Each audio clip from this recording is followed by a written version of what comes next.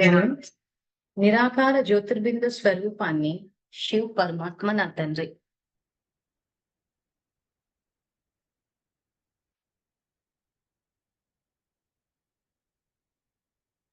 నేను ఆత్మను, శాంతి స్వరూపాన్ని శివ్ పరమాత్మ నా తండ్రి.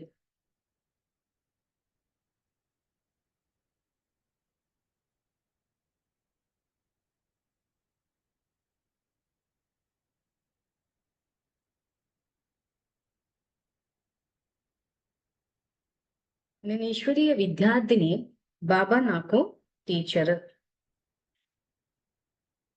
బాబా నాకు సద్గురువు, నేను మాస్టర్ సద్గురువును.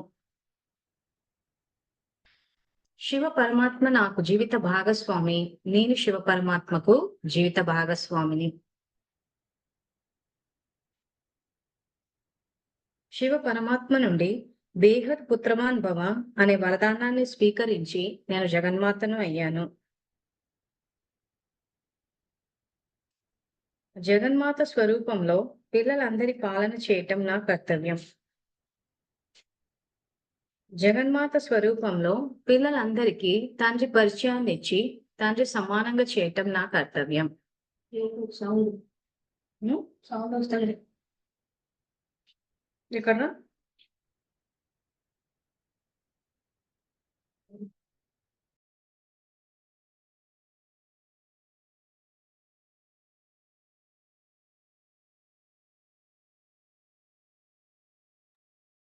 సో ఈ రోజు రాజేశ్వరకే అనుభవం అనుకున్నాము, కానీ ఇంట్లో కరెంట్ లేక ఈ రోజు అది లేదు.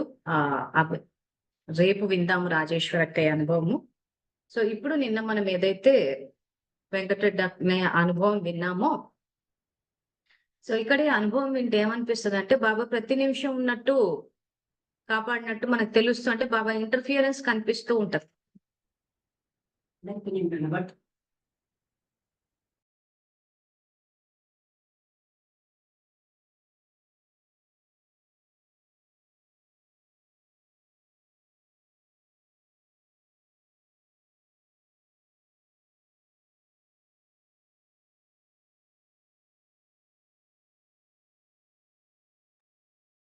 సో ఈ రకంగా మనం గమనించి చూస్తే, అంటే పూర్తిగా జ్ఞాన మార్గంలోకి రాకముందు చాలా సందర్భాల్లో అలాంటి ఇన్సిడెంట్స్ కానీ, అరే ఇక్కడ భగవంతుడు కాపాడారు అన్నవి అనుభవాలు జరుగుతూ ఉంటాయి. సో నాది కూడా ఆల్రెడీ చెప్పాను, గుర్తే ఉండదనుకుంటున్నాను మరి.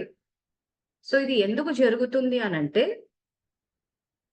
ఒక మురళిలో బాబా ఏం చెప్పారంటే 24th December 1974 మురళి అది. ఆల్రెడీ మన ఛానల్లో రికార్డ్ అయ్యి కూడా ఉంది. చాట్ లో కూడా పెడతాను, ఒకసారి చూసుకోండి. ఎందుకంటే ఇప్పుడు ప్రతి నిమిషము బాబా సాంగత్యాన్ని అనుభవం చేసుకోవాలి. ఆయన చెప్పినప్పుడు ఆయన మాట విని సేవ చేయడం. ఇది 24th December 1974.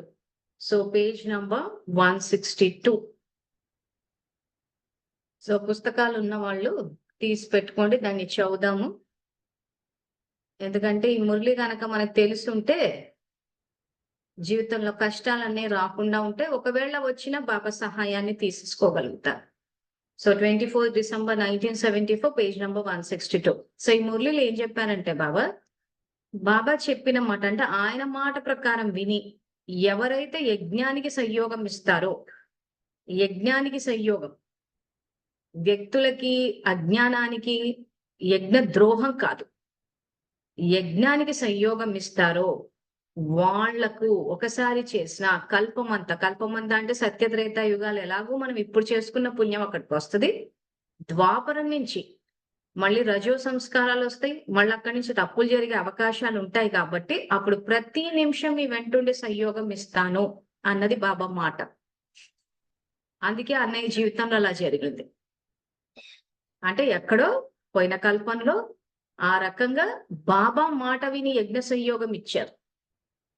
ఇలా బాబా మాట విని యజ్ఞ సంయోగం ఇచ్చినప్పుడు ఏమవుద్దంటే బాబా కూడా కట్టుబడి ఉన్నాను అంటున్నారు. సో సేవలు చేసేటప్పుడు వాళ్ళు చెప్తే చేస్తాము, వీళ్ళు చెప్తే చేస్తాము, ఇది చాలా మంది అలాగే చేస్తారు. బాబా మాటకు అసలు విలువ ఉండదు. సో బాబా ఒక సేవ చేయమని చెప్తారు, వీళ్ళు ఇంకా వ్యక్తులు చెప్పేది చేస్తూ ఉంటారు. అంటే అక్కడ ఏమైంది అసలు? బాబానే లేడు జీవితంలో అసలు. సో ఇప్పుడు బాబా ఇక్కడ సాధనాలు వాడొద్దంటారు వృద్ధి కళ కోసము. సో అందరూ వాడుతున్నారు కదా అని వాడేస్తూ పోతూ. అంటే బాబా మాటకు విలువ లేదు కదా!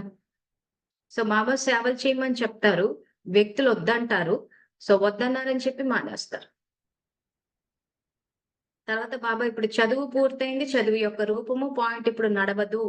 రోజు రివైజ్డ్ కోర్స్ మురళిని చదవాలి. అనంటే అందరూ చేస్తున్నారు. అందరూ చేస్తున్నారు కాబట్టి అందరితో పాటు మేము చేస్తాము. సో మేము అదే సాకార మురళి చదువుతూ ఉంటాము. అదే అందరికి వినిపిస్తూ ఉంటాము. అదే అందరికి ఫార్వర్డ్ చేస్తూ ఉంటాము. అంటే బాబా ఎక్కడున్నట్టు మరి యజ్ఞానికి సంయోగం ఇస్తున్నట్ట? యజ్ఞానికి ద్రోహం చేస్తున్నట్ట?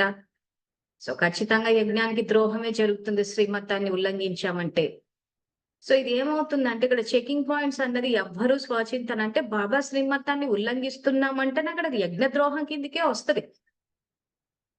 ఈ రోజు సాకార మురళి, అవ్యక్త మురళి అన్న పేర్లు పెట్టి దాన్ని విభజించి ఆ సాకార మురళి ద్వారా చాలా మటుకు సొంత జ్ఞానాన్ని తెచ్చారు. అది ఇది కలిపేసరికి ఏది రైటో ఏది రాంగో తెలియకుండా పోయింది. అసలు చాలా మటుకు జ్ఞానం తీసేశారు. మనన చింతన తీసేశారు. తీసేసి పాటలేసి పడుకోబెట్టేశారు. ఆ తర్వాత అష్టశక్తులన్నీ అసలు కొన్ని పదాలే కనిపిస్తాయి తప్పితే అవి ఎలా వాడాలో ఎవరికీ తెలీదు. ప్రకృతిని ఎలా జయించాలో తెలీదు. కల్పవృక్ష జ్ఞానం లేదు. మెట్ల చిత్రము, ఆ తర్వాత ఇది సృష్టి చక్రము, ముల్లోకాలు, ఈ ప్రాక్టికల్ లైఫ్ మొత్తం అసలు సబ్జెక్ట్ తీసేశారు. అలా కూర్చుని అలా బాబాని స్మృతి చేయండి, స్మృతి చేయండి. ఆ స్మృతి చేసేటప్పుడు కూడా ఏంటంటే బ్రహ్మ బాబాని స్మృతి చేసేస్తున్నారు అంత.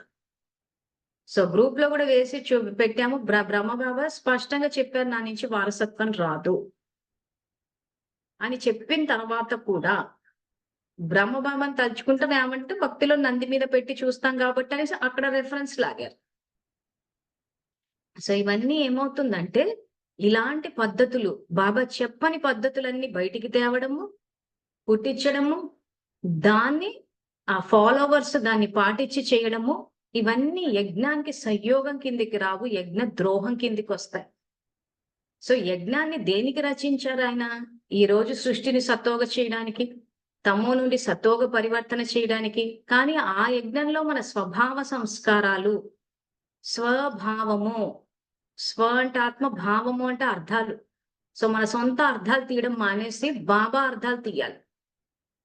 సో బాబా ఒకసారి చెప్పారు మీరు దేహం కాదు ఆత్మ అంటే ఇంకా ఆత్మ అన్నది అక్కడ ఫిక్స్ అయిపోవాలి. సమర్థంగా ఆలోచించండి అంటే ఇవన్నీ ఏంటంటే ఇలా చెప్పగానే అలా జరిగేవి కాదు. ప్రయత్నం అన్నది చేసి బాబా ఇప్పుడు సద్గురువుగా మనకు ట్రైనింగ్ ఇస్తున్నారు కాబట్టి ఎప్పుడు ఏం ఆలోచించాలి. ఇవాళ మధ్యాహ్నం కూడా అడిగాను, ప్రకృతికి ఆర్డర్ వేయాలంటే ఏం చేయాలి? ఆయన మనకు సద్గురువుగా మనకి ఇచ్చిన ట్రైనింగ్ ఏంటి? నేను పూర్వజ మరియు పూజ్య స్వరూపాన్ని, సృష్టికి ఆధారమూర్తిని, ఉద్ధారమూర్తిని. సో ఇలాంటివన్నీ ఏంటంటే నోట్ చేసుకుని మనన చింతన చేస్తే బుద్ధిలో ఫిట్ అవుతాయి. లేకపోతే అలా మేము చెప్తూ ఉంటే వింటే అర్థమైనట్టే ఉంటది కానీ ఆ సమయానికి అది ఉపయోగించాలన్న విషయం తెలియకుండా పోతది. ఎందుకంటే మనన చింతన అంటే మళ్ళీ మళ్ళీ ఆలోచించడం అంటే రిపీటెడ్ గా ఏదైనా చేస్తే అది సంస్కారం అయిపోతది. అది బుద్ధిలో కూర్చుంటది, గుర్తుంటది. సో ఎవరైనా ఏదన్నా మాట అంటే మనం ఏం చేస్తాము? దాన్ని మాటి మాటికి రిపీట్ చేస్తుంటాం. వాళ్ళు నన్ను ఇంత మాట అన్నారు, ఇంత మాట అన్నారు, ఇలా అన్నారు, అలా అన్నారు. సో ఏదైనా రిపీటెడ్ గా చేసినప్పుడు ఏమైపోద్దంటే అది బుద్ధిలో కూర్చుంటది. ఆ టాలెంట్ ని బాబా ఇక్కడ మురళికి వాడమని చెప్తున్నారు. సో మురళిలోని పాయింట్స్, మురళిలోని సంకల్పాలు, వీటిని రిపీటెడ్ గా ఆలోచిస్తూ పోతుంటే అదే మన ఆలోచన విధానం అయిపోతుంది. అదే ఇక్కడ పరివర్తన చేయండి. సో ఇప్పుడు మురళి పుస్తకాలు అందరు తీశారని అనుకుంటున్నాను. సో ఈ రకంగా మనం యజ్ఞానికి సంయోగం ఇస్తున్నామా, యజ్ఞానికి ద్రోహం చేస్తున్నామా అన్నదే checking point. So base rule ఏంటంటే బాబా చెప్పినట్టు శ్రీమతానికి అనుసారంగా నడుచుకున్నామంటే యజ్ఞ సంయోగులము, వ్యతిరేక దిశలో నడిచామంటే యజ్ఞ ద్రోహులము. సో యజ్ఞానికి సంయోగము బాబా మాట మీద చెయ్యాలి. అంతే తప్పితే మనం చేస్తామని చెప్పి ఎవరు ఆపేయమంటే ఆపేశారు అని అంటే బాబా మాట ఉల్లంఘించినట్టే. అట్లా ఏ రకంగా మనం ఎప్పుడైతే ఆ రకంగా బాబాకి ఒకసారైనా సంయోగం ఎక్కువ ఇస్తే యాక్చువల్ గా ఆయన ఎప్పటికీ మన వెంటే ఉంటారు. సో ఆ రకంగా మనం సంయోగం ఇచ్చినప్పుడు ఏమవుతుంది అని అంటే కల్పమంతా మనం ఈ రకంగా వ్యతిరేక దిశల్లో వెళ్ళినప్పుడు ఆయన దగ్గరుండి మనం కాపాడుతూ ఉంటాడు. సో వెంకటరెడ్డి అనే జీవితంలో జరిగింది అది ఇంచుమించు ఎవరైతే ఆ సత్యమైన సేవాదారులు ఉంటారో, బాబా యొక్క ప్రత్యక్షత చేస్తారో, యజ్ఞానికి తమ బాధ్యత అనుకుని చేస్తారో అప్పుడు ఆయన పాత్ర ఉంటది. ఒకవేళ కాకపోయినా ఆయన హెల్ప్ చేయడానికి వస్తారు. రారని కాదు గాని మనం పట్టించుకోము. ఎందుకంటే ఇప్పుడు సంగమంలో బాబా మాటని మనం కేర్ చేయం కాబట్టి, ఆయన సహాయం చేయడానికి వచ్చినప్పుడు కూడా కేర్ చేయం. ఎందుకంటే ఆయనని కేర్ చేయకపోవడం అన్నది మనం ఇప్పుడు అలవాటు చేసేసుకున్నాం సంగమంలో. ఆయన ఏదన్నా సేవ చేయండి, నేనొచ్చానన్న విషయం అందరికీ చెప్పండి. ఎందుకు చెప్పాలి? పాపాలు తీయగల పవర్ ఆయనకొక్కడికే ఉంది కాబట్టి. సో మనం ఏం చేస్తున్నాము? బాబా చూసుకుంటాడు అంటున్నాడు. సో బాబా చూసుకుంటాడని ఎవరికి చెప్పకుండా ఉంటే ఆయనకి కనెక్ట్ ఎట్లా అవుతారు? పాపాలు ఎట్లా వినాశనం చేస్తారు? లేదా బ్రహ్మబాబాని చూపిచ్చేశారు. బ్రహ్మబాబా నా వల్ల వారసత్వం రాదు అని చెప్పేశారు. మళ్ళోసారి ఆ స్లైడ్ తీసి చూసుకోండి. సో బ్రహ్మబాబాని తలుచుకుంటే పాపాలు పోవు. ఎందుకంటే ఇక్కడ నిరాకారుడికి ఆత్మ కనెక్ట్ అవ్వాలి. మన్మనాభవ అన్న మహామంత్రంలో మనసు శివ పరమాత్మను తలుచుకోవాలి. బ్రహ్మబాబాని శివబాబాకి కనెక్ట్ అయ్యారు ఇక్కడ. కానీ ఎందుకు బ్రహ్మవంశీలం అయ్యాము? ఎందుకు శివవంశీయులం అవ్వలేదు మనము అనంటే, శివబాబా అందరిని ముందు పెట్టి చేశారు కాబట్టి, బ్రహ్మబాబాని ముందు పెట్టి చేశారు కాబట్టి, బ్రహ్మవంశీయులన్న గౌరవాన్ని ఇచ్చారు. సో బ్రహ్మబాబా మనందరినీ ముందు పెట్టారు. సో మనము సేవలు చేసేటప్పుడు ధారణలో మొదట నేను, సేవలో మొదట మీరు అన్న ఆ భావంతో చేయాలి. సో ధారణ అంటే ఫస్ట్ నేను. సో ఆ చేసేటప్పుడు మన జ్ఞానం అన్నది అవసరము. యజ్ఞానికి సంయోగం ఇస్తున్నామా, యజ్ఞానికి ద్రోహం చేస్తున్నామా అన్న క్లారిటీ మనకు ఉండాలి. యజ్ఞ సహయోగులంతా రాజకుటుంబీకులు, యజ్ఞ ద్రోహులంతా దాసదాసీలు, కాస్త అటు ఇటుగా ఉండే వాళ్ళంతా మధ్యలోకి వస్తారు. ఇది కార్మిక్ ఫిలాసఫీ. సో ఇప్పుడు మురళీలు అందరు తీశారు కాబట్టి ఒకసారి ఎదురుగా పెట్టుకోండి. ఈ మురళి కూడా అందరికీ గుర్తుండాలి. ఎందుకంటే మెయిన్ యజ్ఞ సంయోగులమా, ద్రోహులమా అన్నదే పాయింట్ ఇక్కడ. సో ఈ 162 పేజ్ నంబర్ లో నేను లాస్ట్ లైన్ నుంచి చదువుతున్నాను. సో 162 పేజ్ లో కింద నుంచి 2వ లైన్. ఏదైతే విషయంలో ఒకవేళ సమయానికి ఏదైనా సంకల్పాన్ని ఆజ్ఞగా భావించి ఎవరైతే సహయోగిగా అవుతారో ఆ సమయం యొక్క సహయోగులకు బాగ్దాదా కూడా అంతిమం వరకు సహయోగి అయ్యేటందుకు బంధించబడి ఉన్నారు. ఇది సంగమంలో బాబా మనకు వచ్చిస్తున్న మాట. సో మళ్ళీ చదువుతున్నాను, సింపుల్ తెలుగే ఇది. సో దీని గురించి పెద్ద ఎక్స్ప్లెనేషన్ అవసరం లేదు. ఇవన్నీ మురళిలో ఆల్రెడీ రికార్డ్ అయిపోయి ఉన్నాయి. కానీ ఏమంటే ఇంకా అర్థం కావాలన్నట్టు అనుభవాలు చెప్పించి మళ్ళీ అది ఎక్కడుందా అని చెప్పి చూపిస్తున్నాం. కనీసం అలా చెప్తేనన్నా మీకు సబ్జెక్ట్ దిగి ఇప్పుడు సంగమంలో మీ సొంతగా మీరు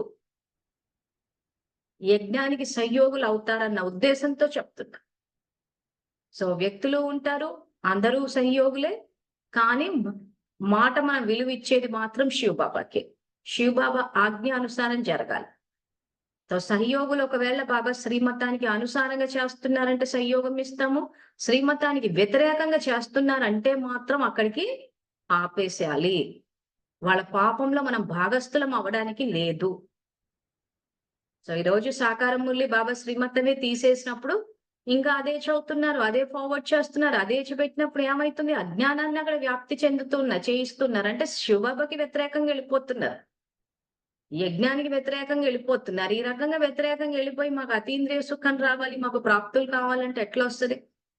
జన్మ తీసుకునేటప్పుడు కూడా ఏమైతుంది? యజ్ఞ సహయోగులంతా బ్రహ్మబాబాతో పాటు వస్తారు, యజ్ఞ ద్రోహులంతా ఈ రకంగా బాబా యజ్ఞానికి వ్యతిరేకంగా వెళ్తున్నారు. సో మొట్టమొదటి జ్ఞానాన్ని తీసేశారు బ్రహ్మకుమారి. సో వాళ్ళతో పాటు వచ్చేస్తారు. ఇంకా జీవితాలు ఎలా ఉంటాయో చూసుకోండి.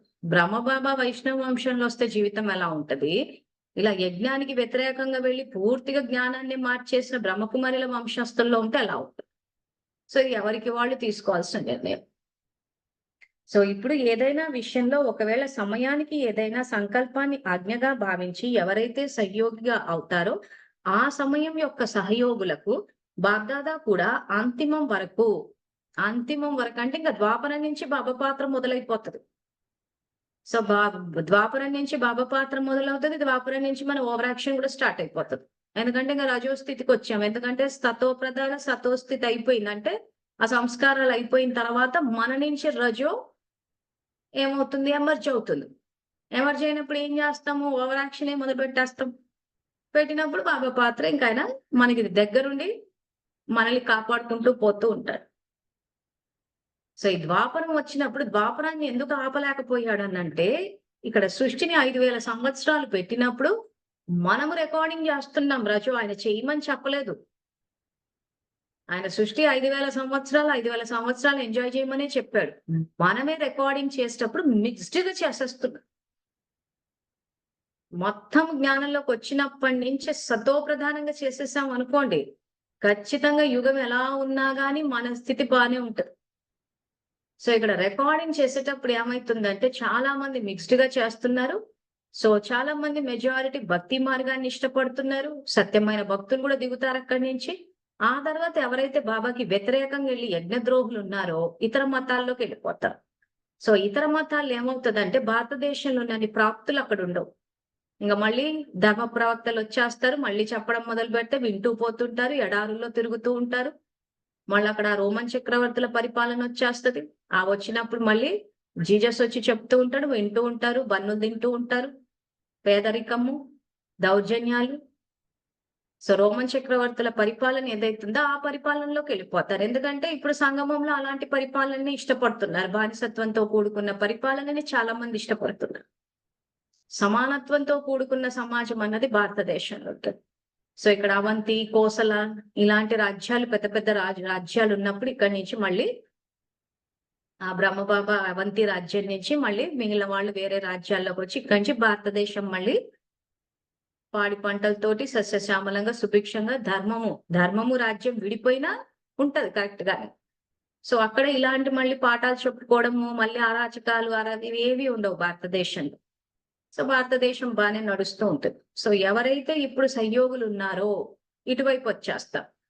ఎవరైతే యజ్ఞ ద్రోహులు ఉన్నారో వీళ్ళు ఇటువైపు వెళ్ళిపోతారు. సో ఓవరాల్ సుఖపడేది ఎవరు అని అంటే కల్పం మొత్తంలో శివబాబా బ్రహ్మబాబా మాట వినేవాళ్ళు. ఎందుకంటే రికార్డింగ్ కరెక్ట్ గా జరుగుతుంది. యజ్ఞానికి సంయోగం ఇస్తారు. తండ్రి వచ్చాడన్న విషయాన్ని అందరికీ చెప్తారు. తండ్రిని ప్రత్యక్షం చేస్తారు. సో ఆ చేసినప్పుడు ఏమైపోతుందంటే ఆ మార్పులు ఆ పుణ్యం జమ అవుతుంది కాబట్టి ఆ ప్రాప్తులు అటు వచ్చేస్తాయి. సో సత్యత ఉంటుంది వాళ్ళు. సో కాబట్టి చేస్తూ పోతూ ఉంటారు. సో ఆ రికార్డింగ్ చేసేటప్పుడు ఏమైపోతుందంటే సేవలు సంయోగం ఇచ్చేవాళ్ళు ఇప్పుడు సత్యమైన సంయోగుల గురించి వస్తాం. ఆ సంయోగము ఇస్తారు.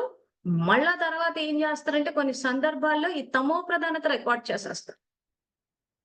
కానీ ఆల్రెడీ బాబా మాట ఏమి ఇచ్చారు, ఈ రకంగా మీరు ఒక సంకల్పాన్ని ఆజ్ఞగా భావించి ఎవరైతే సంయోగిగా అవుతారో ఆ సమయం యొక్క సంయోగులకు బాబ్దాదా కూడా అంతిమం వరకు సంయోగ అయ్యేటందుకు బంధింపబడి ఉన్నారు. పుస్తకాలు ఉన్న వాళ్ళు అండర్లైన్ చేసేసుకోండి.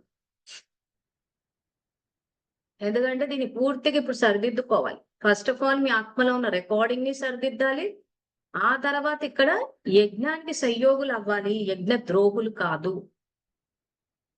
సో ఈ రోజు మనం బాహ్యంగా ఎన్ని సేవలు చేస్తున్నామా అన్నది ఎంత ఇంపార్టెంటో లోపల ఏ ఉద్దేశంతో చేస్తున్నాం అన్నది కూడా ఇంపార్టెంట్. ఎందుకంటే సంకల్పాలు పోతున్నాయి. ఇప్పుడు సేవలకు వెళ్ళాము, ఆవేశానికి లోనయ్యాము, అంతా మన తండ్రి పిల్లలన్న భావన లేదు, సమానత్వం లేదు, ఆవేశము, అహంకారం ఇవే కనిపిస్తున్నాయి. సో ఇటు పక్క నడిచే సేవ నడుస్తూనే ఉంటాయి, తమో ప్రధానత వెళ్ళిపోతూనే ఉంటుంది. సో అది చేస్తున్నారు, ఇది చేస్తున్నారు. సేవలకు వెళ్ళినప్పుడు కలిసి ఉన్నట్టే ఉంటున్నారు. లోపల ఈర్ష్యతోటి రగిలిపోయి, కాలిపోయి బూడిదైపోతున్నారు. అమ్మో వీళ్ళు ఇంత బాగా చేస్తున్నారా, ఇంత బాగా చేస్తారా, అలా చేస్తారని ఆ లోపల కాలిపోతున్నారు ఆ ఈర్ష్యతోటి. అది చాలా మందికి తెలియదు. అందుకే మధ్యాహ్నం మిమ్మల్ని క్వశ్చన్ అదే అడిగింది. ఆ రకంగా కాలిపోయే వాళ్ళు, ఆ రకంగా విషయాన్ని చిమ్మే వాళ్ళు వీళ్ళంతా ఎక్కడ వస్తారు, ఎండింగ్ లో వస్తారు. ఆ పూజ పదులు, ఆ పాములాగా. సో అప్పుడు ఏమైపోతుంది, సత్యత్రేత యుగాల రాజ కుటుంబీకుల ప్రాప్తులు ఎలాగిపోయినాయి. ద్వాపర యుగంలో పూజ్య దేవతా స్వరూపాలు గాని జరుగుతుంది పాముకి పూజలు. చూస్తున్నారు కదా గుళ్ళలో భక్తి మార్గంలో పాములకు ఎలా జరుగుతుంటాయి. సో ఎట్లా ఉంటది గుంపులో గోవింద అన్నట్టు. ఆ చెట్టు చుట్టూ బోల్డ్ అని రాతి పాముల్ని స్థాపించేసి కూర్చుంటారు. ఎందుకు మెజారిటీ ఆ రకంగా విషయాన్ని చిమ్మేస్తున్నారు ఈర్ష్యతోటి. ఎండింగ్ లో తమో భక్తి. సో కొన్ని గుళ్ళు మాత్రం నాగదేవత గుళ్ళని ఉంటాయి. కానీ ఆ రూపానికే జరుగుతూ ఉంటది. కానీ ఏమంటే భక్తుల్లో భయం అన్నది ఉంటది. ఆ పుట్టలో పాములు పాలు పోసేటప్పుడు భయపడుతూ భయపడుతూ పోస్తారు. ఎవరేమి ధైర్యంగా ఏం పొయ్యరు. లోపల భయం అన్నది ఒక మూల ఉండనే ఉంటది. అది ఎవరి ఖాతాలకు పోతది, వీళ్ళ ఖాతాలకే పోతది. ఎందుకు వీళ్ళు పురుషార్థాలు చేసేటప్పుడు అందరిని భయపెట్టేస్తూ ఉంటారు కాబట్టి. ఆ గ్రామ దేవతలు, ఈ నాగుపాములు ఇవన్నీ ఏవైతే భక్తుల్లో భయాన్ని నింపుతున్నారో వీళ్ళంతా ఎప్పుడొస్తారు? ఎప్పుడు పూజలు అందుకుంటారు? ఎండింగ్‌కి. అంటే సేవ చేసేటప్పుడు ఎంతో కొంత చేస్తారు. చేసిన ప్రతిఫలానికి వస్తది. కానీ రికార్డింగ్ అదే విధంగా చాలా సందర్భాలు ఈ రకంగా నెగెటివ్‌గా కూడా చేసేస్తారు. సో, ఈ రోజున భక్తుల భావన ఏ రూపాన్ని పూజ చేసినా అది శివబాబాకే చేరుకుంటది. భక్తిలోనే చెప్పేసాడు. మీరు ఎవ్వరిని పూజించినా అది నాకే చేరుకుంటుంది అని. కానీ మనము చేరుకున్న తర్వాత ఆయన సంకల్పాలు మనకు చేరుకుంటాయి అన్నదే పాయింట్. అందుకే అన్నయ్య ఎక్స్‌పీరియన్స్‌లో ఏమైంది? ఆయన తలుచుకుంటున్నాడు. శివబాబాకి చేరుతోంది. కానీ శివబాబా చెప్పేది ఆయనకి చేరుకోవట్లేదు. ఆ చేరుకుని ఉంటే సిట్యుయేషన్ డిఫరెంట్‌గా ఉండేది. సో, సంగమంలో అందుకే ఆయనతో మాట్లాడే అలవాటు చేసుకోవాలి. ఆయన సంకల్పాన్ని క్యాచ్ చేసి అలవాటు చేసుకోవాలని మరీ మరీ చెప్పించడానికి కారణం అది. సో, బాబా సంకల్పాలు ఏ రకంగా క్యాచ్ చేయాలని నేను ఇప్పటికి ఎన్ని సార్లు చెప్పాను. మురళి డేట్ చెప్పాను, పేజ్ నంబర్ చెప్పాను. కనీసం మురళి డేట్ అన్నా గుర్తుంటే ఓసారి చాట్‌లో పెట్టండి. మంది పాయింట్ క్యాచ్ చేశారు. మొన్న శివబాబాని ఎందుకు స్మృతి చేయాలన్నప్పుడు కూడా ఆయనని తలుచుకుంటే ఆయన యొక్క వాయిస్ వినొచ్చు అన్న విషయాన్ని ఎవరు పెట్టలేదు. అప్పుడు కూడా రెఫరెన్స్ ఇచ్చాను. సో, అట్‌లీస్ట్ ఎంతమంది క్యాచ్ చేస్తారో తెలియాలి ఈ విషయం. ఎందుకంటే సంగమంలో ఇది కూడా సరిదిద్దుకోవాల్సిన విషయం. ఎందుకంటే ఈ రకంగా దారి తప్పినప్పుడు ఖచ్చితంగా ఆయన మనకి హెల్ప్ చేసేటప్పుడు ఆయన మాటలు వినగలగాలి మనం. ఆయన ఇచ్చే గైడెన్స్‌ని డైరెక్ట్‌గా క్యాచ్ చేయగలగాలి. అప్పుడు ఇంత దుఃఖాన్ని అనుభవించాల్సిన అవసరం ఉండదు. సో, ఎంతమందికి గుర్తుందో చూద్దాం అసలు. ఏ మురళిలో బాబా చెప్పేటప్పుడు మీలో గనక వ్యర్థం పోతే నా యొక్క సంకల్పాన్ని క్యాచ్ చేయగలరు. టచ్ మీకు అన్నది మీరు గ్రహించగలుగుతారు అని చెప్పిన మురళి ఏది?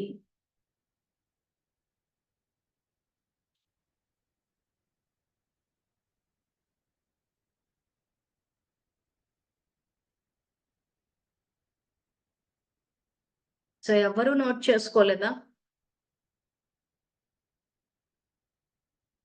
దీన్ని బట్టి ఎంతమంది ఇప్పుడు ఈ ఆన్సర్‌ని బట్టి ఎంతమంది సీరియస్‌గా ఉన్నారో తెలిసిపోతది.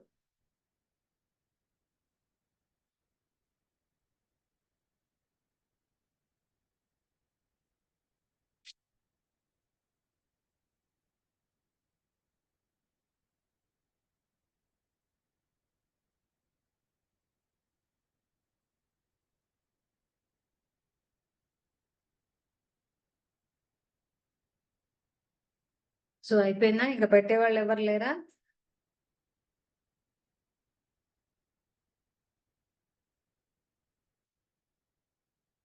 So, answer 23 January 1970 page number 117 మళ్ళీ అండర్‌లైన్ చేసుకోండి. మీ అందరికి ఇది తెలిసిపోవాలి.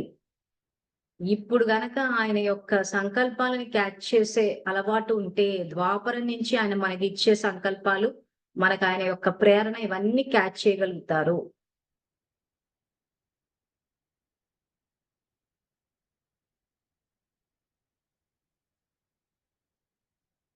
మా దగ్గర రివైజ్డ్ కోర్స్ బుక్‌లు లేవక్కయ్య కానీ యాక్చువల్‌గా మేమేమంటే 2016లో పుస్తకాలు ప్రింట్ అయినాయి. 2018 నుంచి ఉచితంగా పంచుతూ పోయాం మేము. మరి ఉచితంగా పంచినా ఎవరు తీసుకోలేదు. సో, ఒకవేళ పుస్తకాలు లేని వాళ్ళు నెట్‌లోకెళ్ళి చూడాలి. ఇంటర్నెట్‌లో సైట్స్‌లో వెళ్లి చూస్తే అక్కడ దొరుకుతాయి. సో, ఇప్పుడు మరి ఈ రకంగా పుస్తకాలు లేకపోతే ఎట్లా చదువుకుంటారు? చెప్పండి.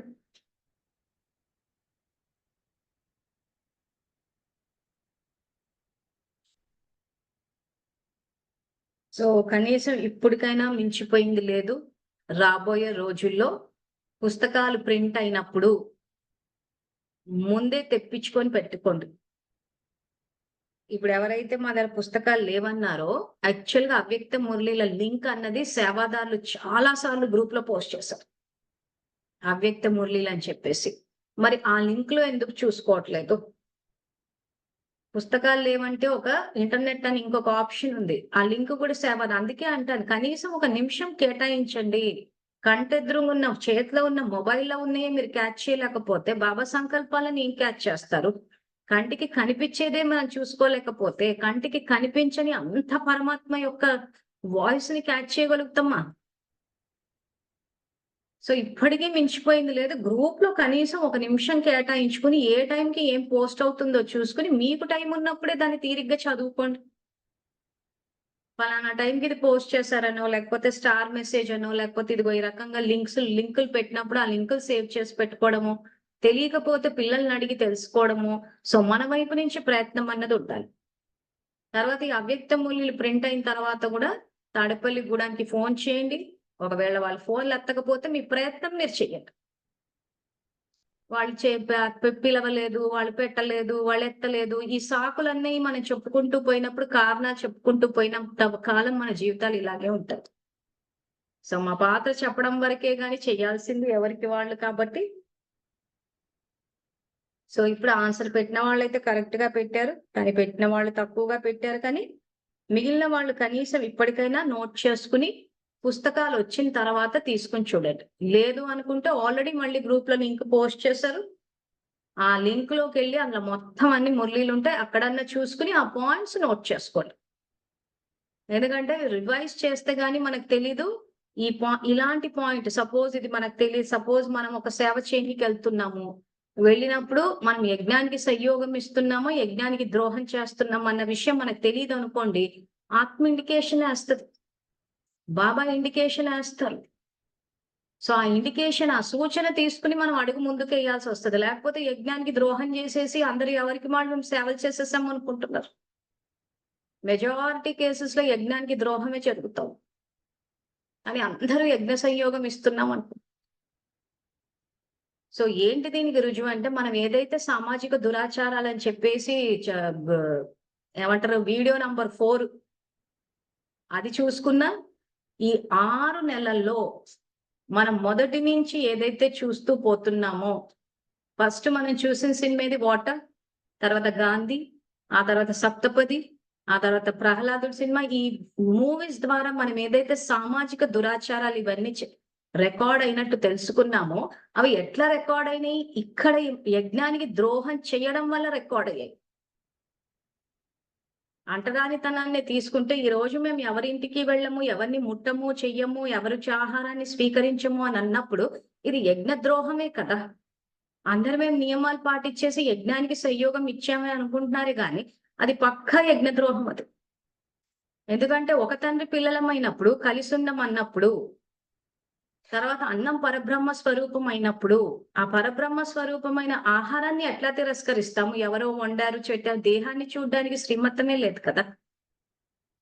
ఇలా ఒక్కొక్కటి లెక్క వేసుకుంటూ వెళ్తూ పోతూ ఉంటే యజ్ఞానికి ద్రోహమే చేశాం కదా. ఈ రోజు బాబా స్నేహంగా సంయోగంగా ఉండమన్నారు, సమానత్వంతో కూడుకున్న సమాజాన్ని తీసుకొస్తామంటే లేదు మేము అధికులము, మీ చేతి వంట తినము అన్నప్పుడు ఎటువంటి సమాజాన్ని తీసుకొచ్చాము?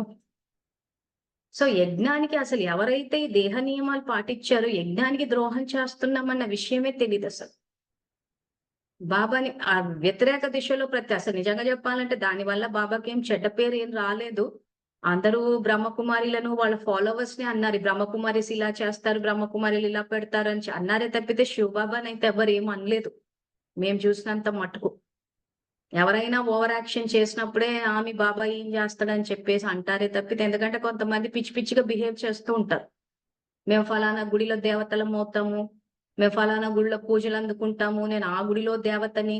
సో లక్షణాలు చూస్తే ఏం అనిపించవు. చెప్పుకోవడానికి ఏమో మేము దేవతలం అని చెప్పుకున్నప్పుడు వాళ్ళకి ఏదన్నా అయినప్పుడు అప్పుడు వీళ్ళు అడుగుతారనమాట, ఏమి బాబాయ్ ఏం చేస్తున్నాడు వెటకారంగా. ఎందుకంటే వీళ్ళ ప్రవర్తన అట్లా ఉండదు కాబట్టి. సో ఈ రకంగా ఏవైతే సామాజిక దురాచారాలు వచ్చాయో, ఈ దురాచారాలన్నిటికీ ఎవరైతే ఈ బ్రహ్మకుమారిలు వాళ్ళ ఫాలోవర్స్ చేశారో అదంతా యజ్ఞద్రోహం కిందకే వేస్తాడు. ఎందుకంటే ఒక తమో ప్రధాన సృష్టికి పునాదేశారు, సత్యుగి సృష్టికి పునాది వేయలేదు. నాకొక్క బాబా తప్ప మరెవ్వరూ లేరన్న శ్రీమతాన్ని పెడితే వ్యక్తులకు స్థానానికి ప్రాముఖ్యత ఇచ్చారు. సో వాయుమండలము నుంచి ఏమంటారు దాన్ని సతో ప్రధాన శక్తి తీసుకుంటున్నామని చెప్పి వాయుమండలానికి ఇచ్చారు. చాలా మంది మాకు సెంటర్ కి పోతే వాయుమండలం ఉంటది, మౌంట్ అబుకి పోతే వాయుమండలం ఉంటది అని చెప్పేసి ఏం చేశారంటే మురళీలు కూడా రెఫరెన్స్లు ఇచ్చారు, బాబానే చెప్పాడు కదా అని చెప్పి.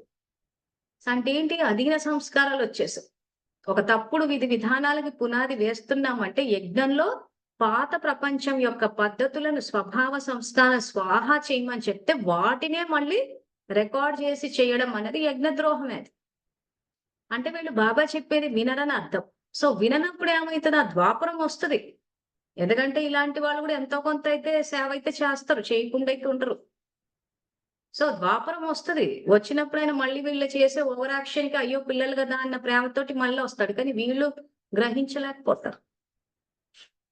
ఆ గ్రహించలేకపోవడం వల్ల ఏమైద్దంటే ఆ దుఃఖం యొక్క తీవ్రత చాలా కాలం నడుస్తూ ఉంటది. సో అందుకే చెప్పేది స్వచింతన చేసుకొని రికార్డింగ్‌ని పూర్తిగా ఇప్పుడు కరెక్ట్ చేసేసుకోవాలి.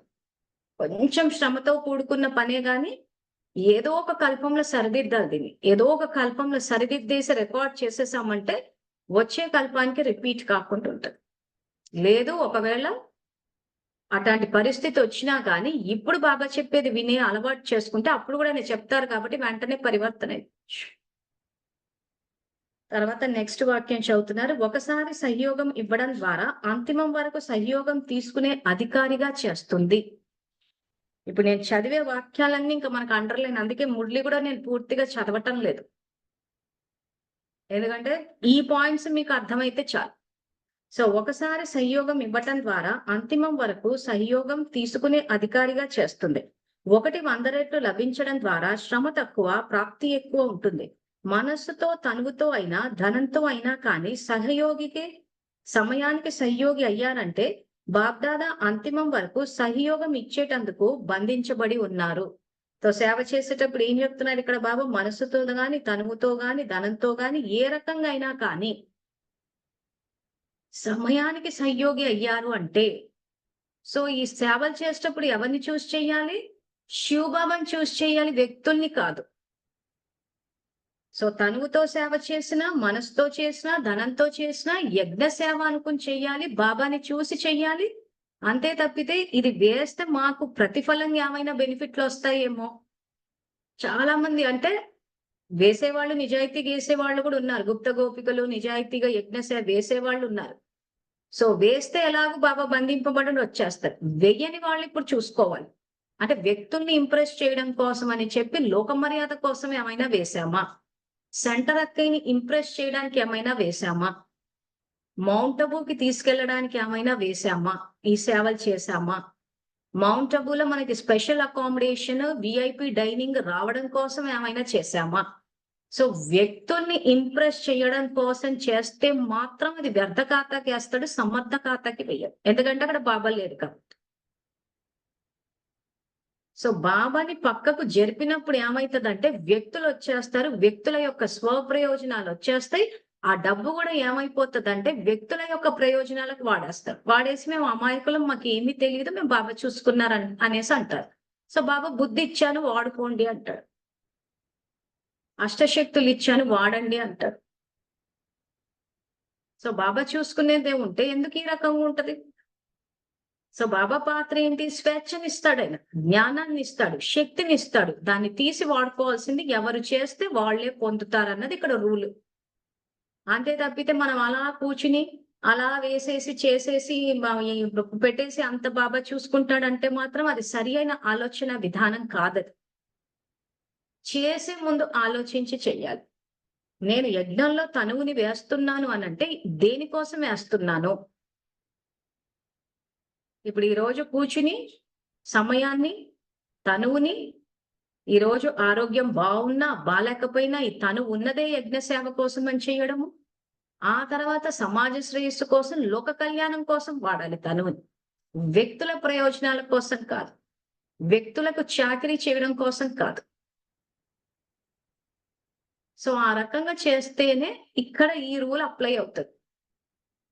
తర్వాత మనస్సు ద్వారా బాబా సంకల్పాలు వెయ్యమని చెప్పారు అంటే ఇక వేసేయాలి. వ్యర్థం వేస్తూ కూర్చున్నాము అనంటే స్టార్టింగ్ లో మన దగ్గర ఖజానాలు ఉండవు కాబట్టి కొంచెం వ్యర్థం అలాంటి వచ్చే అవకాశాలు ఉంటాయి కానీ తెలుసుకోవాలి. తెలుసుకోవాల్సిన బాధ్యత మనకుంది. ఆ తపన మనకు వచ్చినప్పుడు బాబా ఎలాగో తెలిపించేస్తారు మనకి. ఇప్పుడు మేమంతా తెలుసుకోవాలంటే మాకు చెప్పలేదా? అసలు అందరికీ చెప్తాడు. చెప్పాక ఆయన నమ్మి ఆయన చేయి పట్టుకుని నడుస్తామా? లేకపోతే వ్యక్తులేంటి వెళ్ళిపోతామా అన్నది ఇక మన బుద్ధి అది. సో ఆ రకంగా మనస్సుతో, తనువుతో, ధనంతో. సో ప్రతిది వేసేటప్పుడు, చేసేటప్పుడు బాబాని అడిగి చెయ్యాలి. ఆ శ్రీమతం ఏంటో అయితే మనకి బాబా మురళీల ద్వారా అన్నా చెప్తారు, లేదా మన బుద్ధికే టచ్ అవుతది. ఆ రకంగా బుద్ధిని ఉపయోగించి వెయ్యాలి. ఈ మనస్సు, తనువు, ధనాన్ని. వేసినప్పుడు అవుతది. అంతేగాని మనం వేసేస్తాం. ఇక ఆ తర్వాత అది ఏమన్నా గాని అన్నట్టు మనం ఆ రకంగా చేస్తూ పోతే మాత్రము ఆయన కూడా తీసుకెళ్ళి వెతకాతలేసేస్తా అంటాడు. అంటే సద్యోగి ప్రాప్తులు రావు. వ్యర్థ ప్రాప్తులొస్తాయి. వ్యర్థ ప్రాప్తులంటే కాకిరెట్టతో సమానం అసలు. అది ప్రాప్తే కాదు అంటాడు ఆయన లెక్కన. సత్య కలియుగంలో కూడా కొంతమంది అధికారంలోకి వస్తూ ఉంటారు. పవర్‌లోకి వస్తూ ఉంటారు. కానీ ఉపయోగం ఏంటి? ప్రజలు తమోగున్నారు. ప్రకృతి తమోగుంది. సో ప్రజలు తమోగ, ప్రకృతి తమోగుంటే ఇక సుఖపడేదేముంది? సో ఆ రకంగా తీసుకుపోయి వ్యర్థ ఖాతాలేస్తే ఇంక అలా అంటే ప్రాప్తుల టైప్ ఉంటాయి. ఇప్పుడు సపోజ్ చేసుకున్న పుణ్యానికి ఒక మంచి బిల్డింగే ఉందనుకోండి. బిల్డింగ్ ఉంటది. మంచి బెడ్, సోఫాలన్నీ ఉంటాయి. కానీ ఎప్పుడు చూసినా అన్ని నొప్పులే. సో దాన్ని ఎంజాయ్ చేయలేరు. సో దాన పుణ్యాలు చేసేస్తారు. ఇంట్లో బియ్యము, పప్పులు, ఉప్పులు అన్నీ నిండుగానే ఉంటాయి. కానీ బీపీ, షుగర్‌లు రోగాలుంటే ఏమీ తినలేమంటున్నారు. సో ఇవి ఎందుకొస్తోంది ఈ పరిస్థితి అనంటే అక్కడ బాబా చెప్పిన విధి ప్రకారం నడవట్లేదసలు. సో ఇవన్నీ ఏంటి? ప్రత్యక్ష ఫలము. ప్రత్యక్ష ఫలము, భవిష్య ఫలము. సో ఈ రోజు వేసేటప్పుడు అందుకే శ్రీమతం ఏంటా అని తెలుసుకోవాల్సిన అవసరం ఉంది. బాబాని తలుచుకున్నప్పుడు గూడా ఏమవుతదంటే శక్తొస్తది ఆత్మకి. దాన్ని ప్రాపర్‌గా చానలైజ్ చేయాలి. ఆ ప్రాపర్‌గా చానలైజ్ చెయ్యనప్పుడు గూడా ఏమైపోతదంటే కొంచెం ఏమంటారు దాన్ని అన్‌స్టెబిలిటీ అన్నదొస్తది. ఇందాక అన్నయ్యకొచ్చినట్టు తెలియలేదు నాకు బుక్ పట్టుకొని తిరుగుతున్నా. ఒక అన్నయ్య విషయమే గాదు చాలా మందికి జరుగుతూ ఉంటది. కనెక్ట్ అవ్వగానే వచ్చేస్తది శక్తి. దాన్ని ఎక్కడ పెట్టాలి? ఏం చేయాలనేది తెలీదు. అందుకే జైన మతస్థులు అంటే సాధారణంగా మేము ఈ సబ్జెక్ట్ తెలుసుకునేటప్పుడు వాళ్ళు చెప్పిందేంటంటే వాళ్ళు అలా నడవడము, చెయ్యడము. ఎందుకంటే శక్తొచ్చేసింది ఆత్మలోకి. దాన్ని ఎక్కడ ఛానలైజ్ చేయాలో, ఏ మార్గంలో పెట్టాలి, ఎవరికివ్వాలి, ఏం చేయాలని తెలీదు. సో, కాబట్టి ఎక్కువ నడవడము, చెయ్యడము ఇలాంటివి ఎక్కువ చేస్తారని అంటారు. అంటే బా ఆత్మలోకి శక్తొచ్చాక ఏం చేయాలన్నది ఇక్కడ పాయింట్. ఆ శక్తి వచ్చేసాక ఎలా ఉంది పరిస్థితి అంటే ఇంక ఖచ్చితంగా సేవలు చేసి తీరాల్సిందే అన్నట్టుంది. అది చెయ్యకపోతే ఒకలాంటి ఆ లోపల ఒక తపనలాగా వచ్చేస్తాం. అదొక స్టేజ్‌లో ఏమైపోతదంటే రాంగ్ డైరెక్షన్‌లో గూడా ఎళ్ళిపోతూ ఉంటాం. ఇంక మైండ్ వీక్‌గా ఉన్నప్పుడు ఏమైద్దంటే ఇంకా వ్యతిరేక దిశలో ఎళ్ళిపోతూ ఉంటది. మన భక్తిలో చూస్తూ ఉంటాం చూసారా? ఈ పూనకాలొచ్చేయడము. సో, అలాంటి వాళ్ళకి ఏం జరుగుతోంది యాక్చువల్‌గా అమ్మవార్లని ఎక్కువ మటుకు అమ్మవార్లని పూజ చేసేవాళ్ళు వీళ్ళు చేస్తూ ఉంటారు. అమ్మవారొచ్చేసింది, ఆ భగవంతుడొచ్చేసాడు. సో, అలాంటి వాళ్ళెవరు శరీరంలోకి రారు. సపోజ్ వెంకటేశ్వర స్వామి వచ్చాడని కొంతమంది అన్నారనుకోండి. యాక్చువల్‌గా ఆత్మలెక్కడో జన్మ తీసుకొనున్నారు. వాళ్ళెక్కడో జన్మ తీసుకొని ఇక్కడొచ్చి వీళ్ళ శరీరంలోకి రావడం అంటూ ఉండదు. సో, అమ్మవారికి పూజ చేసేసి అమ్మవారు గూడా పొసెస్ చేసిందంటారు. సో, వాళ్ళంతా ఎక్కడో జన్మలు తీసుకొని ఎక్కడో ఉన్నప్పుడు వీళ్ళ శరీరంలోకొచ్చి వీళ్ళ చేత డాన్స్‌లాడిచ్చడం ఇవేమి ఉండవు. సో, మెజారిటీ ఏం జేస్తారంటే పబ్లిక్‌ని మోసం జేయడం కోసమని ఆ అమ్మవారు పలికిస్తుందని చెప్పి ఆ రకంగా సగం మందికెక్కువ మోసగాళ్ళే ఉంటారు. కొద్ది మంది పరిస్థితి ఎలా ఉంటదంటే, ఆ మాటి మాటికి అమ్మవారిని పూజ చేయడము, అమ్మవారు వచ్చేసినట్టు, మాట్లాడనేసినట్టు ఏదో ఆలోచించి ఏ స్టేజ్‌కొచ్చేస్తారంటే, ఆ శక్తి వచ్చేసినప్పుడు ఏమైద్దంటే కంట్రోల్ చేసుకోలేకపోతారు. ఆ కంట్రోల్ చేసుకోలేక ఆ డాన్సులు చూస్తారు గదా! పూనకం వచ్చిన వాళ్ళు ఎట్లా ఆ రకంగా మెంటల్ డిసార్డర్స్ అండ్ మెంటల్ డిస్టెబిలిటీ అంటారు దాన్ని. ఆ స్టెబిలిటీని కోల్పోతారు. అందుకోసమని జ్ఞానం తెలియడం అవసరం. అంటే బాబా నుంచి శక్తొచ్చాక దాన్నేం చెయ్యాలి? ఎందుకంటే ఆ శక్తి రాగానే ఏమవుతుందంటే అసలు పూర్తిగా ఇంకా చేసేయాలి, ఇచ్చేయాలన్న తపనొచ్చేస్తది. ఎక్కడలేని ధైర్యం వస్తది. యజ్ఞానికి సంయోగం ఇవ్వాలన్న తపనొస్తది. ఆటోమేటిక్‌గా మనకి ఆ బాబాని కనెక్ట్ అయినప్పుడు ఏం చేయాలి? ఇప్పుడు మాకయింది చూసారా డ్రామా జ్ఞానము, ప్రకృతిని ఏ రకంగా శాసించగలము, ఆ జ్ఞానం ఏంటి? సో, ఇవన్నీ ఒకటి తర్వాత ఒకటొచ్చినప్పుడు ఇంక అది ఇచ్చి తీరాలన్న తపనొచ్చేస్తది. అది ఆయన తోటి కాంటాక్ట్‌లో ఉంటే ప్రాపర్‌గా చానలైజ్ అవుతది. అది ఆయన కాంటాక్ట్‌లో లేకుండా ఆయన చెప్పేది టచ్ అయ్యేది ఆయన చెప్పేది మనకు టచ్ అవ్వలేదు. మనం తెలుసుకోలేకపోయినామన్నప్పుడు ఏమైద్దంటే అన్‌స్టెబిలిటీ వచ్చేస్తది. ఆయనకంత ఆ శక్తిలో అంటే ఆయన నుంచి కనెక్ట్ అయినప్పుడు ఆ ఇది వచ్చేస్తది. సో అలా కాకుండా ఇప్పుడు ఏమవుతుందంటే అయితే అన్‌స్టెబిలిటీ వచ్చేస్తోంది. లేదా కొంతమంది శక్తి తీసుకున్న దాని వ్యర్థ సంకల్పాలు చేసేయడము, లేదా సోమరిగా ఉండిపోవడం. సో అందుకే ఆయన ఫస్ట్ సబ్జెక్ట్ జ్ఞానం చెప్పి, జ్ఞానంలో సేవలు ఎలా చేయాలో కూడా చెప్తున్నాడు. ఎందుకంటే ఆ శక్తినంతా ఎక్కడ వాడాలో తెలియాలి. ఆ శక్తిని వ్యతిరేక దిశలో వాడామంటే మళ్ళీ అదే తిరిగి వస్తుంటది. మెజారిటీ అదే పని చేస్తుంటారు. ఏం ఆలోచించాలో తెలీదు, ఎలా ప్రవర్తించాలో తెలీదు. సో బాబా నుంచి శక్తి తీసేసుకుంటారు. ఆ తర్వాత ఇతరులను చూసి ఈర్ష్య చెందేస్తుంటారు. మళ్ళీ అదే ఈర్ష్య వచ్చి కాలిపోతూ ఉంటారు. సో అవగుణాలు ఏవైతే ఉన్నాయి, తమో ప్రధాన అవి వాడేస్తూ ఉంటారు. సో తరంగాలు వెళ్ళిపోతూ ఉంటాయి. అదే తిరిగి వస్తూ ఉంటది. సో అప్పుడు ఏమైపోతది, ఆ సృష్టి ఇంత పెద్ద సృష్టి ఇంత తమోగా ఎట్లయిందంటే ఈ రకంగానే. ఒక స్టేజ్ లోకి అందరు మైనస్ లోకి వచ్చేసరికి ఏమైపోయిందంటే మొత్తం కౌరవ సామ్రాజ్యం అంతా తమో ప్రధాన ఇచ్చేసి పెట్టేశారు. ఆ తర్వాత జ్ఞానంలోకి వచ్చారు. బాబా నుంచి శక్తి తీసుకుని మళ్ళీ రికార్డింగ్ చేసేటప్పుడు మళ్ళీ ఆ శక్తి తీసుకుని రాంగ్ గా రికార్డ్ చేసుకోవచ్చు. సో వీళ్ళంతా యజ్ఞ ద్రోహుల కింద వేసేస్తారు. తెలియక ఇప్పుడు అమాయకులు అన్న పదం వాడాలి. కొంతమంది తెలియక చేసే మనసు స్వచ్ఛంగా ఉంటది వీళ్ళకి. అమాయకులు అంటే మనసు స్వచ్ఛంగా ఉంటది. కానీ కొంత తెలుసుకోకపోవడం వల్ల తప్పు జరిగే అవకాశాలు ఉంటాయి. సో అలాంటిటప్పుడు ఏమైతుందంటే బాబా సేవలు చేస్తారు. బాబా చెప్పింది వింటారు. బాబా ఆ తర్వాత వీళ్ళు ఏదైనా రాంగ్ డైరెక్షన్ లో వెళ్ళినా ఆయన మళ్ళీ తీసుకొచ్చేస్తారు సరైన మనం. ఈ ఎవరైతే మనం ఇందాక మధ్య శుద్ధపూసలు ఉన్నారో తెలిసి చేస్తారు. జ్ఞానాన్ని వక్రీకరిస్తారు. మళ్ళీ ఏమనంటే మాకేం తెలియదు, మాకేం చూపిస్తున్నాం. ఇదిగో ఫలానా మురళిలు ఇలా చెప్పారు, ఇది శ్రీమతము అని చెప్పి చూసిన తర్వాత కూడా మళ్ళీ వాళ్ళు చెప్పారు, వీళ్ళు చెప్పారు, వాళ్ళు అలా ఎలా మాట్లాడతారంటే ఇక శుద్ధపూసలు మాకేమీ తెలియదు. బాబా భాషలో యజ్ఞ ద్రోహులు. ఆయన భాష అర్థం కావట్లేదని ఈ మన భాషలో చెప్పాను శుద్ధపూసలని. సో వీళ్ళంతా ఏమైతుంది, యజ్ఞద్రోహం చేసేసి యజ్ఞానికి వ్యతిరేకంగా వెళ్ళిపోయి అజ్ఞానాన్ని వ్యాపింపచేసేసి పెట్టినప్పుడు ఏమైతుంది, ఇంకా అలాంటి వాళ్ళకి యాక్చువల్ గా బాబా సంయోగం ఇవ్వడానికి బంధింపబడలేరు. కానీ ఇంకా అందరు ఎక్కడో చోటు ఇప్పుడు ఆయన పెట్టిన ఇక్కడ రూల్ ఏమంటున్నారంటే భావించి ఒకసారి చేసినా కానీ ఒకసారి ఇదే పేజ్ లో 163 పేజ్ లో పైనుంచి 2వ లైన్ చూడండి. సో ఒకసారి సంయోగం ఇవ్వటం ద్వారా అంతిమం వరకు సంయోగి తీసుకునే అధికారం ఉంటది, అధికారిగా చేస్తుందని. ఒకసారి చేసిన కల్పాన్ని 2 కల్పాలకు బెనిఫిట్ ఇచ్చేసాడు. ద్వాపర కలియుగాలు 2 యుగాల్లోనూ నేను అంతిమం వరకు వచ్చే సంయోగం ఇస్తా అంటున్నాడు. సో కాబట్టి చాలా మంది జీవితాల్లో ఏమవుతుందంటే ఆయన వస్తారు కానీ గ్రహించలేకపోతారు. సో ఆ గ్రహణ శక్తి ఏదైతే ఉందో ఇప్పుడు అష్టశక్తుల్లో సర్వశక్తుల్లో అదొక శక్తి ఉంది. సో ఆ మురళిలు ఏమంటాడంటే మీ యొక్క ఆదికాలం యొక్క సంస్కారాలను గ్రహించాలంటాడు.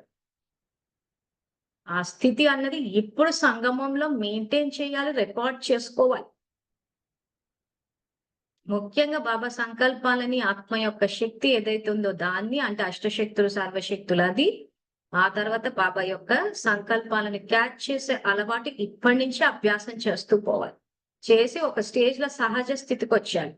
సో అప్పుడు ఏమవుతుంది, ద్వాపరం నుంచి ఆయన మళ్ళీ వస్తారు, మళ్ళీ సంయోగం అందిస్తారు. ఇచ్చినప్పుడు తీసేసుకుని ఎప్పటికప్పుడు సక్రమైన మార్గంలో ఉండాలి.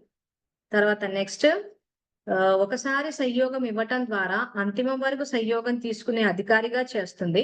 1కి 100 రెట్లు లభించడం ద్వారా శ్రమ తక్కువ, ప్రాప్తి ఎక్కువ ఉంటుంది. మనస్సుతో తనువుతో అయినా ధనంతో అయినా కానీ సమయానికి సంయోగి అయ్యారంటే బాబ్దాదా అంతిమం వరకు సంయోగం ఇచ్చేటందుకు బంధించబడి ఉన్నారు. దీనినే భక్తులు మరో మాటలో అంధశ్రద్ధ అని అంటారు. ఇలా ఒకవేళ ఎవరైనా జీవితంలో ఒకసారైనా బాబ్దాదా కార్యంలో సంయోగి అయితే వారికి అంతిమం వరకు బాబ్దాదా సహయోగిగా ఉంటారు. ఇది కూడా ఒక లెక్క, అర్థమైందా అంటున్నారు. సో ఇది కూడా ఒక లెక్క అంటే మన పాప పుణ్యాలు లెక్కాచారాలు ఏవైతున్నాయో అందులో ఈ రోజు గనక మీరు ఒకసారైనా గనక చేస్తే అంతిమం వరకు వచ్చి మీకు బాబా మనకి సహయోగి అవుతారు. ఇప్పుడు యజ్ఞ సంయోగులు ఎవరైతే చేస్తారో, యజ్ఞానికి సంయోగం ఇస్తారో బాబా వాళ్ళకి సహయోగి అంటే ఇంకా బాబానే కనెక్ట్ అయిపోతారు అనమాట మనకి, మన అనుభవాలు విన్నట్టు. సో మనం తెలిసినా తెలియకపోయినా ఇప్పుడు మేమైనా చేసేటప్పుడు మీ క్లాసులు చెప్పేటప్పుడు ప్రభాకర్ రెడ్డి అనే ఎగ్జాంపుల్స్ ఇవన్నీ నిజంగా జ్ఞానం తెలీదు. కానీ ఎలా తీసుకొచ్చాం, మరి ఎలా ప్రాక్టికల్ లైఫ్ లోకి వచ్చిందంటే ఆయన సంయోగం ఇస్తూ పోతారు. ఎందుకంటే ఇప్పుడు సంగమం నడుస్తోంది. సంగమం నడుస్తుంటే బాబా చెప్పారన్న ఒకే ఒక మాటతోటి యజ్ఞంలో సంయోగం ఇస్తూ పోతున్నాం. సో అప్పుడు ఏమవుతుంది, నేను ద్వాపరం నుంచి ఏవైతే ఓవర్ యాక్షన్స్ చేసుకుంటూ వస్తామో అక్కడక్కడ అంతా వచ్చి సరిదిద్దుకుంటూ పోతే కల్పం మొత్తం సురక్షితంగా ఉంటుంది. ఇది యాక్చువల్ గా ఆయన చెప్పే ఈ మురళి యొక్క సారము. సో ఒకసారి అందరూ నోట్ చేసుకోండి, పుస్తకాలు లేని వాళ్ళు కూడా నోట్ చేసుకోండి. పుస్తకాలు వచ్చాక చూసి చదువుకుని అండర్లైన్ చేసుకుని ఇంక అక్కడి నుంచి మీ జ్ఞానం యొక్క ప్రస్థానాన్ని మొదలు పెట్టొచ్చు. సో మురళి అయిపోయింది. సో కాబట్టి మళ్ళీ రేపు మధ్యాహ్నం కలుద్దాము. అంతవరకు థ్యాంక్ యూ. Om Shanti.